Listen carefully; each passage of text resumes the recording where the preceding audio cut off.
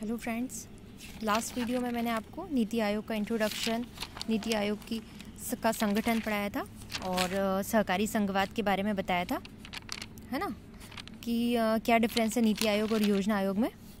आगे मैं कंटिन्यू करती हूँ नीति आयोग के उद्देश्य। ठीक है, बेसिकली हम डिफरेंस समझ रहे थे योजना आयोग और नीति आयोग में।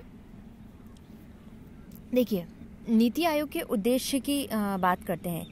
निजी क्षेत्र को बाधित किए बिना नीति निर्माण में निजी क्षेत्र की भूमिका को बढ़ाते हुए प्रतिस्पर्धी संघवाद और सहकारी संघवाद को बढ़ावा देना। ठीक है, ये तो मैंने आपको लास्ट वीडियो में पहले ही बता दिया था, है ना। इसका क्या उद्देश्य है मेन।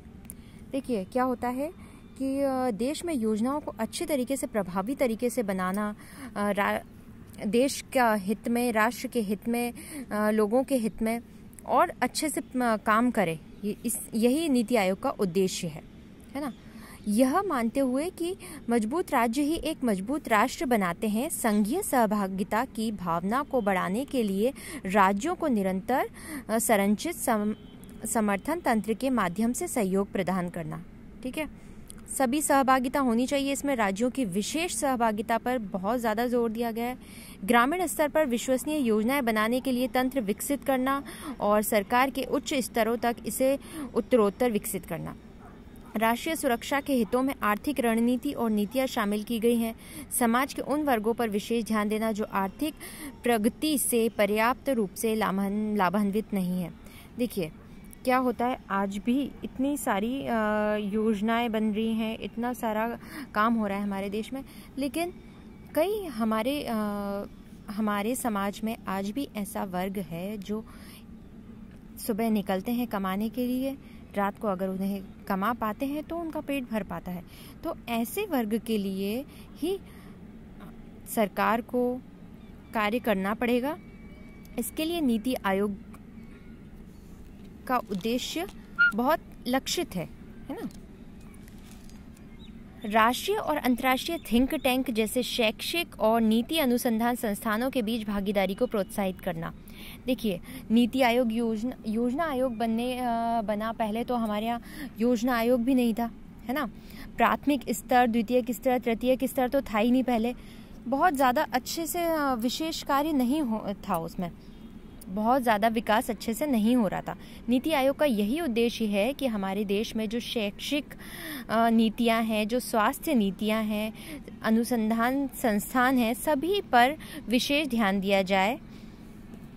राष्ट्रीय और अंतर्राष्ट्रीय विशेषज्ञों, चिकित्सकों तथा अन्य भागीदारों के सहयोग से ज्ञान, नवाचार और उद्यमशीलता की सहायता प्रणाली बनाना। विकास एजेंडा के कार्यान्वयन में तेजी लाने के लिए अंतर क्षेत्रीय और अंतर विभागीय मुद्दों के समाधान हेतु एक मंच प्रदान करना। ये कई मुद्दे ऐसे उठते हैं अंतर क्षेत्रीय राज्य में, जिन मुद्दों को निपटान करने के लिए राज्य स्तर पर मंच प्रदान किया जाएगा, है ना। वो भी एक विकास का एजेंडा है जिसमें राज्य कार्य करेगा। राज्यों को कला संसाधन केंद्र के रूप में स्थापित करने, शासन पर शोध केंद्र बनाने एवं सतत और न्याय संगत विकास में सर्वोत्तम तरीके अपनाने तथा विभिन्न हितधारकों तक उनको पहुंचाना। देखिए, मेन उद्देश्य इसका यही है कि विभिन्न हितधारकों तक उसको पहुंचाना, है ना, ऊपर से नीचे लेवल तक वो पहुंच पाए स्कीम तरीके से। ठीक है ना। योजना आयोग और नीति आयोग में अंतर, इसकी बात कर लेते हैं जरा। देखिए, नीति आयोग एक सलाहकार थिंक टैंक के रूप में कार्य करता है। योजना आयोग इसने एक संवैधानिक निकाय के रूप में कार्य किया था, जबकि इसे ऐसा दर्जा नहीं मिला। देखिए, ये बहुत बड़ा पॉइंट है। संवैधानिक निकाय, ये संवैधानिक आयोग नहीं है, ये सांविधिक आयोग नहीं है, तो फिर ये संवैधानिक निकाय की तरह कार्य कैसे करता था? आपके दिमाग में ये सवाल आ रहा होगा। देखिए, क्या होता था, पहले होता था वित्त आयोग। तो योजना आयोग किसी भी चीज़ के लिए, जैसे फंड, किसी नीति के लिए फंड योजना आयोग ही डिसाइड करता था, वो वित्त से प्राप्त होगा, फिर वो जाके मिलता था केंद्र एवं राज्यों को। नीति आयोग ऐसा नहीं करेगा। नीति आयोग को वित्त वाला अधिकार नहीं है, ठीक है, इसीलिए ये संवैधानिक निकाय की तरह कार्य नहीं करेगा। योजना आयोग संवैधानिक निकाय के रूप में कार्य करता था, इसीलिए ये वित्त आयोग पर भारी पड़ता था। काफ़ी विवाद उठते थे योजना आयोग और वित्त आयोग के बीच में। ये योजना आयोग जो है, जो एक संवैधानिक निकाय नहीं है, फिर भी वित्त आयोग से वेटेज रखता था। वित्त आयोग बल्कि एक संवैधानिक निकाय है ना। वित्त आयोग का निर्माण संविधान के अंतर्गत किया गया था। अब बात करते हैं, यह सदस्यों की व्यापक विशेषज्ञता पर बल देता है। यह सीमित विशेषज्ञता पर निर्भर था। यह सहकारी संघवाद की भावना पर कार्य करता है। क्योंकि यह राज्यों की समान भागीदारी सुनिश्चित करता है। मैंने ये सब आपको बताया है पहले। इसकी वार्षिक योजना बैठकों में राज्यों की बहुत कम भागीदारी थी। राज्यों को शामिल ही नहीं करते थे योजना आयोग में। केंद्र से ही जो नीतियां बनाई जाती थी, जो वित्त का डिसीजन लिया जाता था, वो सब केंद्र सरकार द्वारा ही किया जाता था। ठीक है, राज्य सरकार की बहुत कम भागीदारी हुआ करती थी। नीति आयोग, यह बॉटम अप अप्रोच कार्य करता है, मतलब नीचे से लेके ऊपर तक कैसे विकास करना है उस पर कार्य करता है। यह टॉप डाउन अप्रोच पर कार्य करता है, मतलब कि केंद्र सरकार ने योजना बना ली, फिर वो राज्यों पर थोपेगा, राज्यों को पर लागू की जाएगी उसकी। ठीक है, इसे नीतियां लागू करने का अधिकार नहीं है। नीति लागू करने का अधिकार नीति आयोग को नहीं है ना। यह राज्यों के लिए नीतियां बनाता था और स्वीकृत परियोजनाओं के लिए धन आवंटित करता था। देखिए, वही बात आ गई, धन आवंटित करने वाली, वित्त आयोग वाली बात आ गई, है ना। आप 282 में पढ़ेंगे आप, है ना, अनुच्छेद 282, 275 धन वित्त मंत्रालय, वित्त आयोग से संबंधित जो है ना, उसमें आप डिटेल में पढ़ेंगे। इसे धन आवंटित करने की शक्तियां नहीं है जो वित्त मंत्रालय में निहित है।